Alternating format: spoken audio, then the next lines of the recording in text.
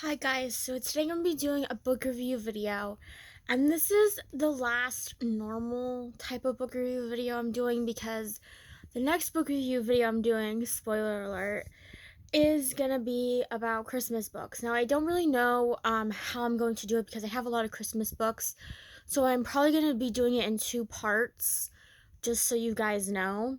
So I have, like I said, I have 7 books. 2 of them are hardback books, so I'm going to get into them first. This one is in a series called the Cat Who series, and the reason why it's called that is because all the titles start with the cat who and then it did something. And this is the second to last book in the series, and I just read these books as I get them. Usually, if I know if one of the books comes last in the series of books, I usually don't read that right away because I want to see how it ends. And this one, they're all by the same author, Lilian Jackson Braun, and this is called The Cat Who Had 60 Whiskers. And this is what it looks like. And it's about this man who lives in this small town. He's like a journalist who when he first came to the county, he had got inheritance, so he's kind of rich, but he gave it up because he didn't really have anybody else to give it to because he didn't have any wife or children. So he basically started this fund where people can use the money to use it for different things. And so he just basically is like a journalist, and he has these 2 cats. One cat has 60 whiskers, and that's the cat that usually is the one that helps him solve the mysteries. But this one really didn't have a set mystery. It was kind of the only thing that really happened was Quill's girlfriend that he has, her name is Polly. She's the local librarian. She ends up going to Paris for something. I forget what it was. And here she got this amazing opportunity where she can stay in Paris. And Quill is trying to come to terms with that. And things just aren't going his way because he misses her and stuff like that. So this one was the second to last book in the series, like I said. Now this book doesn't have a cover on it. I got most of these books at like flea markets or farmers markets or book sales, and this one doesn't have a cover. I don't know if it ever did. It's called The American Presidents. It's by David C. Whitney.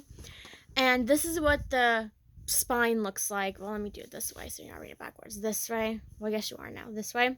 And it's basically self-explanatory. There are some, like, when you get to one of the presidents, there's like an illustrated picture of him. There's not really any like pictures in it. And it basically you go to one of the presidents, and there's like a little timeline of his life, like where he was born, what things did he do, where he went to college, and the years he was president, and then when he died. And it goes all the way up to London Baines Johnson. And I really liked it because of the fact that it had like a little timeline, and then it got into like the details. Like it didn't just go right into what they did when they were president, and went into like their early life and then their life, like if they were like a senator or something like that, and then it got into their presidency and stuff. And there was some interesting facts in this book. One was about, I forget what president it was, but there was this one guy who was president, and the public just did not like him, so they voted him out of office. And at that time, they had to wait until March to inaugurate anybody. So the government actually changed it. They made an amendment to the Constitution that made the president get inaugurated in January because they didn't want to wait months for this new person to show up, I guess. So that was one. There was like a lot of different things in these books that you really don't hear about. And the one thing too is like for the presidents that like you don't really learn a lot about, like Chester Arthur and Polk and Pierce and all of them that only last one term. There's a lot of stuff in this book that you might not probably know about those presidents that only lasted one term.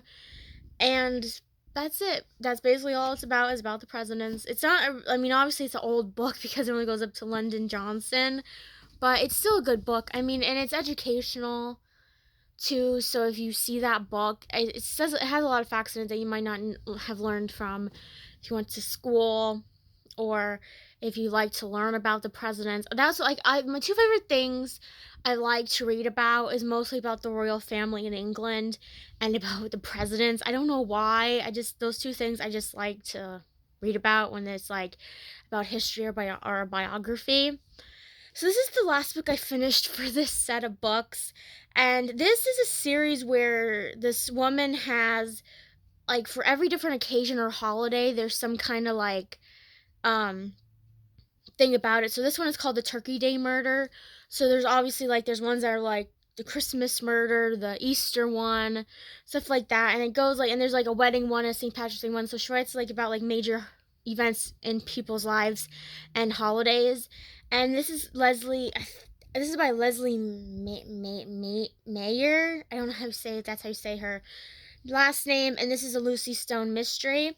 And I got this book because I'm like, oh, like Thanksgiving is like 2 weeks away. So, well, no, like 13 days away because like 12 days away because I'm doing this video on a Saturday. And it's about this woman, her name's Lucy, who she's like kind of like a reporter. This is what the book looks like. And she's going to this hearing or court thing where where these Native Americans want to build a casino because it says it's going to help the whole community and stuff like that. And it's not just going to be a casino, there's going to be other things. And what happens is the one guy, there's like an uprising with this one guy, and this one guy from the tribe ends up dying by their club, their war club or something like that. And she has to figure out who did it. And it's a really good book, but the weird thing about it is that I don't know because I have other books by this author, but the wait, let me get another example. The words don't go all the way down to the bottom of the page. Like they go half or like 2/3 of the way down. Like this is what it looks like. Like it doesn't go all the way down to the bottom like a normal book does. So I don't know if that was like a misprint. I don't know. But these books are really good. I have like I think 2 or 3 more of these books. I think. And they're really good. And it takes place around autumn and Thanksgiving, and it kind of gets into Christmas and stuff like that. But it's a really nice book. It was a shock who actually did it because I thought it was this one guy, but it wasn't. It was a different one, so it really wasn't that predictable of a book. So this next one, this is I think one of like my top 5 favorite mystery series, I think. And I read so many mystery series, but this is like at the top because I love the character. She's really sassy in this. It's a flower shop mystery. It's A Rose from the Dead. It's book number 6. It's by Kate Collins. This is what it looks like. And this book takes place in a mortician convention. And those are people that take care of like when you die, and they take, like the funeral, and they figure out how you die, like that kind of thing. And it's a convention for them, and Abby is there because she obviously runs a flower shop, and at funerals you need flowers. So here this one woman who's like the head honcho of the whole entire convention ends up dead in one of these caskets, and she has to figure out who did it. And there's these 2 people in the book that she really thinks did it, but it turns out that they didn't do it. At least I don't think they did. I can't remember. It was a long time since I read this book. And she kept like nagging at them, kind of. It was just sassy. Like Abby Knight, that's like the main character in all these books. She is really sassy. Like if you like to read books where the female protagonist is really sassy, you should read this book. These books are really good. Like, they don't take that long to read, and they're really funny. I mean, they have punny titles in them, but it's a really good book. I really enjoy reading these books because, like, I can't put them down when I start reading them. This is another another mystery book. This is called Grilling the Subject. It's a cookbook nook mystery. This is what it looks like. And it's about this woman named Jenna who her father's having problems with one of his neighbors where he owns, it's one of those things where like the house goes all the way back into like a wooded area so that the house that's on the next street, their yards connect to each other kind of thing. And this woman, he has had problems with this woman for so long, and he got tired of it, and here she ends up dead, and everybody thinks her dad is the one that did it, and she's trying to clear his name and figure out who really did it and why. This book I really didn't get into. Like, I don't know if it was because I read like five mystery books this time around, so I think that's what it might have been from. But I mean, it was just an okay book. Like, I really didn't see anything different in it. Like, there are some recipes in it because Jenna works at a bookstore that's like mostly cookbooks.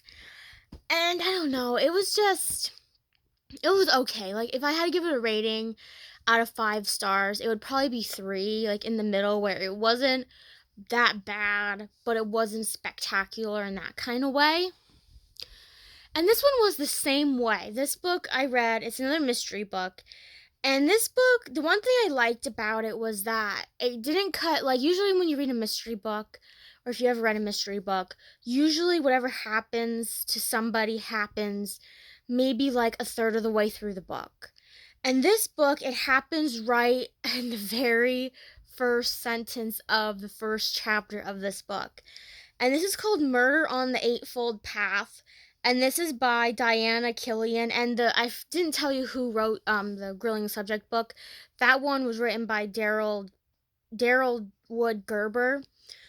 This one is called Murder on the 8-Foot Path, and it's a mantra for murder mystery series, I guess. And this takes place with this one woman who owns this yoga studio that she inherited from her aunt, I think, and her name is AJ. And what happens is she finds this man dead at her studio, and here her mother is kind of like a weird hippie kind of woman where like she's like calm all the time, or she just like she basically just says whatever's on her mind basically all the time. And here it turns out her mother knew this man who it was something where he was blackmailing her for money and stuff like that, and people were so she got arrested because they thought that, again, it was kind of like the Grilling Subject book where her mother got arrested, which she obviously did not kill this man. And here she figures out that this whole thing with this guy was like a scam on this cruise ship with a couple other people, and it's up to Alex to figure that out. And it's also she has to balance her her yoga studio, her new yoga studio that she inherited, and trying to get in a better healthy lifestyle because her back hurts and everything. She's one of those people that don't believe in yoga, that it could help with stuff like back problems and stuff like that. And she has to balance that out with trying to help people through different mysteries. And the last book I have, this book really, it's one of these books that I think I say all the times where there's a flea market near where I live, and there's this woman who, she still does it, where she has bags of books, and they're only like 10 or 20 bucks, I forget, and it's all in a genre, like you said, you can get all romance books, or all mystery books, or all horror books, or whatever. And this is one of these books where, like, I got it, and I was like, I knew, like, those are the books that, like, me and my mom divided them up. And I knew that these books were going to take me, I read some of them, so I knew that they were going to take me a while to read because I just couldn't get into them. And I have a lot of these books left. And this one is one of them. It's called Carlisle Street. It's by T.M. Wright, and it's supposed to be a horror book. But it really wasn't that scary. Like, it wasn't Stephen King scary, in my opinion. This is what it looks like. And I couldn't really get into the book. It was about this woman who, her name was Lay, like Leigh, and she ends up coming to this town where her house actually came from the street. It wasn't, she doesn't live on Carlisle Street. This house came from that street. And it goes back and forth. The chapters aren't that long in it, but it goes back and forth between um stuff that happened on this street with this house and the present time period. But to me, it was like, it wasn't that great. Like, I didn't understand what happened at the end of the book because there really wasn't any explanation. So she's living in this house by herself, and it's kind of like she wants to start a fresh kind of thing. And here her boyfriend comes, and I don't know, it's just weird. And then something happens to her, and her boyfriend has to fix it. I don't know. It was just this weird book. Like, I really didn't like it. I would only give it like half of a star just because I didn't really get into it, and it didn't seem that like horror-esque type of feel to me anyway. So this book was like a thumbs down. So that was all of my books for this book review video. Hope you guys have a wonderful day, and I'll see you guys next time with another video.